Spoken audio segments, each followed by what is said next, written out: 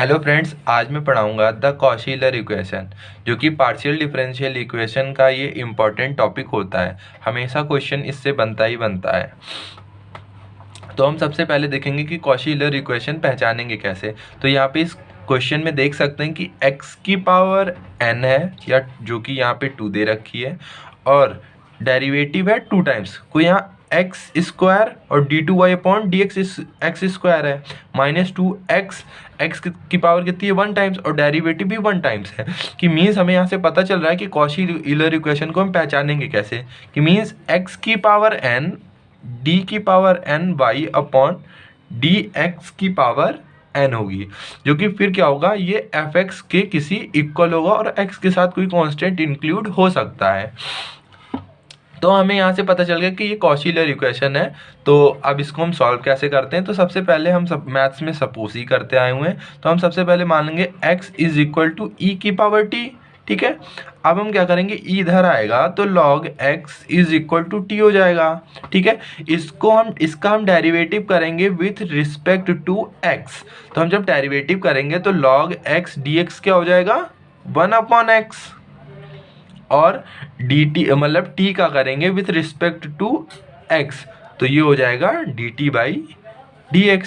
तो अब हमें ये पता चल गया कि हम dt बाई dx को कहीं भी क्वेश्चन में आएगा तो 1/x लिख सकते हैं। तो अब सबसे पहले हमें क्या करना होता है, हमने मान लिया x इज इक्वल टू ई की पावर t, ये पहला हो गया। दूसरा हमें क्या करना है, dy बाई dx की वैल्यू निकालनी है, और d2y अपॉन dx स्क्वायर, ये जितने टर्म्स होंगे, मतलब 3 टाइम्स होगा तो 3 टाइम्स निकालेंगे, 4 टाइम्स। तो इस क्वेश्चन में दे रखा है 2 टाइम्स ओनली, मतलब ये फर्स्ट निकालेंगे। तो सबसे पहले हमें dy बाई dx निकालेंगे।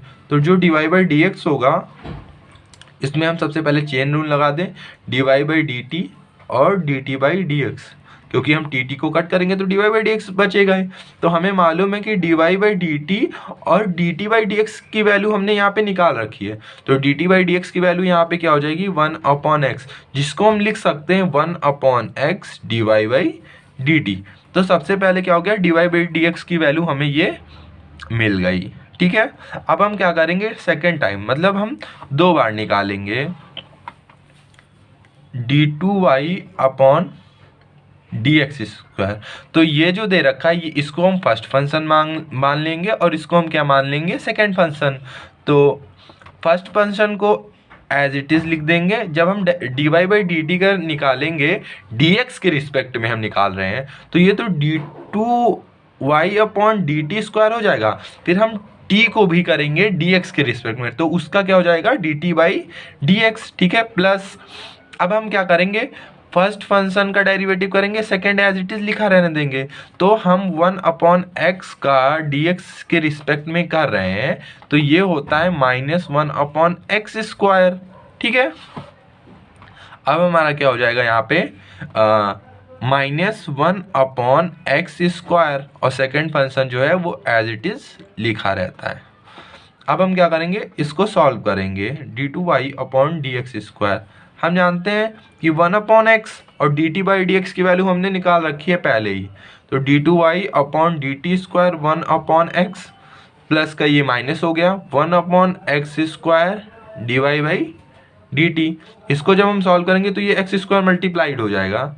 ठीक है, 1/x square d2y upon d t square minus 1/x square dy by d T. ठीक है, तो अब हमें यहाँ से वैल्यू मिल जाएगी, 1/x स्क्वायर कॉमन हो गया, तो क्या हो गया, d2y upon d t square minus d y by d t. ये हमारा क्या हो गया, ये सेकेंड वैल्यू हो गई, मतलब d2y upon d x square. तो अब हमें क्या करना, सबसे पहले होगा इसकी वैल्यू और इसकी वैल्यू, दोनों की वैल्यू हम किस में पुट कर देंगे, क्वेश्चन में। तो हम क्वेश्चन में पुट कर देते हैं। तो ये हमारा पहला है, इसको हम जब लिखेंगे तो एक्स स्क्वायर, तो 1/x square d2y upon d t square minus d y by d t, फिर क्या है -2x, फिर हम इसकी देखियो d y by d x की वैल्यू हम यहाँ से d y by d x क्या वैल्यू है, 1/x d y by d t 1/x dy/dt, ठीक है। फिर हम क्या कर देंगे, +2y एज इट इज़ लिख देंगे, +2y इज इक्वल टू, यहाँ पे हम देख सकते हैं ये क्या है, x³ और हमने x को क्या माना है, e⁻t। तो x को जब हमने e⁻t माना है तो x³ की क्या वैल्यू हो जाएगी, e⁻3t। तो वैसे ही हम x³ को क्या लिख सकते हैं, e⁻3t।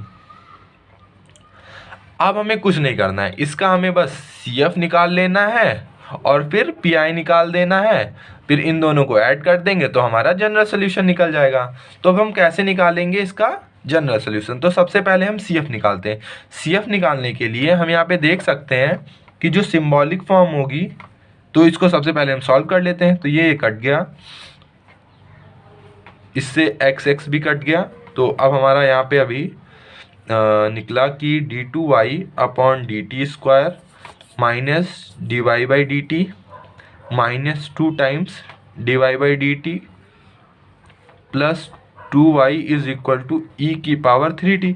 इसको सॉल्व करेंगे तो हमारा ये बच जाएगा, -3 dy/dt plus 2y is equal to e⁻3। अब इसको हम सिंबॉलिक फॉर्म में लिख लेंगे। सिंबॉलिक फॉर्म, ये ध्यान रखना सब CF और PI ऐसे ही निकालते हैं हम।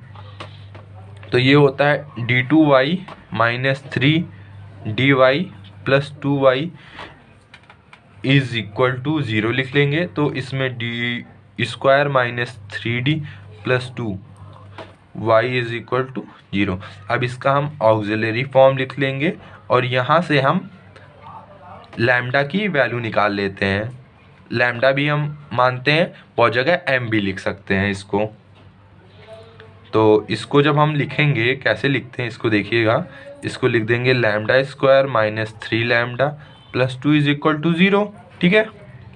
λ² -2 lambda minus lambda plus 2 is equal to 0।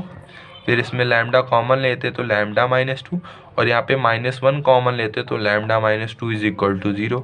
तो यहाँ से इक्वेशन जो निकली वो लैम्डा -1 लैम्डा -2 निकली।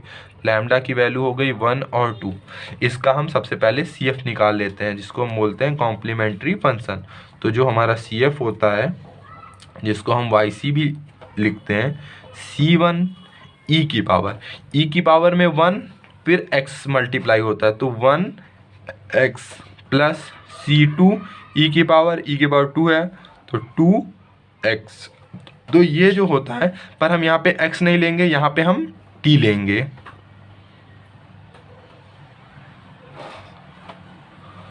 यहाँ पे हम e⁻t लेंगे। अब हमें क्या बस निकालना है, PI निकल जाए तो बस हमारा जनरल सोल्यूशन निकल जाएगा। तो हम सबसे पहले, हमेशा इसमें हम शॉर्टकट मेथड यूज़ कर सकते थे, पर हम method of undetermined coefficient use करेंगे। तो उसमें क्या होता है, RHS को हम ले लेते हैं, इंक्लूड कर लेते हैं। तो यहाँ पे RHS देख सकते हैं कि e⁻3t है, e⁻3t है, इक्वेशन में देख सकते हैं। तो इसको हम मान लेंगे YP, इसको हम सबसे पहले क्या मानेंगे, YP। तो YP हो गया हमारा e⁻3t, ठीक है। YP' निकाल लेंगे तो इसका डेरिवेटिव निकालेंगे तो क्या हो जाएगा, 3ae⁻3t। फिर सेकेंड टाइम में इसका डेरिवेटिव है तो 3 फिर आ जाएगा, 3 3 या 9 ae⁻3t। अब हम क्या करेंगे, इन तीनों की वैल्यू सीधे हम उठा के इक्वेशन में पुट कर देते हैं। यहाँ पे इस इक्वेशन में हम पुट करेंगे, तो इस इक्वेशन में हम पुट करेंगे तो क्या है, d2y/dt²। तो यही, इसको हम लिख सकते हैं 9ae⁻3t minus 3ae⁻3t plus 2ae⁻3t। क्योंकि ये देखिए यहाँ पे देख सकते हैं 2y है, y मतलब YP यहाँ पे लिख देंगे। तो 2ae⁻3t इज इक्वल टू क्या हो जाएगा, हम यहाँ पे देख सकते हैं जो क्वेश्चन था उसमें e⁻3t कर रखे थे, e⁻3t हो गया। इसको हम सॉल्व कर देंगे, 9ae⁻3t minus 9ae⁻3t plus 2ae⁻3t is equal to e⁻3t। 9 remove हो गया तो यहाँ पे बच गया 2a e⁻³ is equal to e⁻³। दोनों तरफ फंक्शन है तो हम इनको कंपेयर कर देंगे तो क्या बच जाएगा 2a is equal to 1, a की वैल्यू हमारा 1/2 हो गया। इसको हम सीधे यहाँ पे इसकी वैल्यू जो है हम सीधे yp में पुट कर देंगे, यही हमारा yp था ना, तो yp is equal to a की वैल्यू हमारे यहाँ से मिल गई 1/2 e⁻³। अब इसमें क्या करना है, हमारा जो पी आई है ना, तो अभी हम यहाँ से पी आई, यही हमारा जो yp निकला यही हमारा क्या होता है, पार्टिकुलर इंटीग्रल, जिसे हम पी आई बोलते हैं। अब जो हमारा जनरल सोल्यूशन होता है y, उसको हम लिखते क्या है, वो लिखता है कि CF प्लस हमारा और पी आई के इक्वल होता है, दोनों का plus CF plus P I is equal to general solution. तो y हमने देखा yc निकाल रखे हैं हम सब लोग, yc की वैल्यू है C1 e⁻t plus C2 e⁻2t। अब हमें क्या लिखना है, और yb की वैल्यू क्या है 1/2 e⁻3t। अब देखिए इसको क्या करना है, e⁻t में से हटा देना है, इसको हमें x में लिख देना है, क्योंकि हमने सबसे पहले ही सपोज कर रखा था x is equal to e⁻t, तो x is equal to e⁻t है। तो अब क्या है, हम फिर क्या है, ये 2 टाइम्स है तो x² लिख सकते हैं e⁻2t को, ठीक है। 3 टाइम्स होगा तो x³ लिख सकते हैं e⁻3t, दोनों तरफ की पावर क्या हो रही है, 3 हो रही है, तो इसमें कुछ करना नहीं है। फिर क्या कर देंगे, y is equal to C1 e⁻t, हमने बताया कि क्या लिख सकते हैं x, प्लस C2 e⁻2t को क्या लिख सकते हैं x², प्लस 1/2 e⁻3t को क्या लिख सकते हैं x³। ये जो हमारा आ गया, यही हमारा क्या होता है, जनरल सोल्यूशन।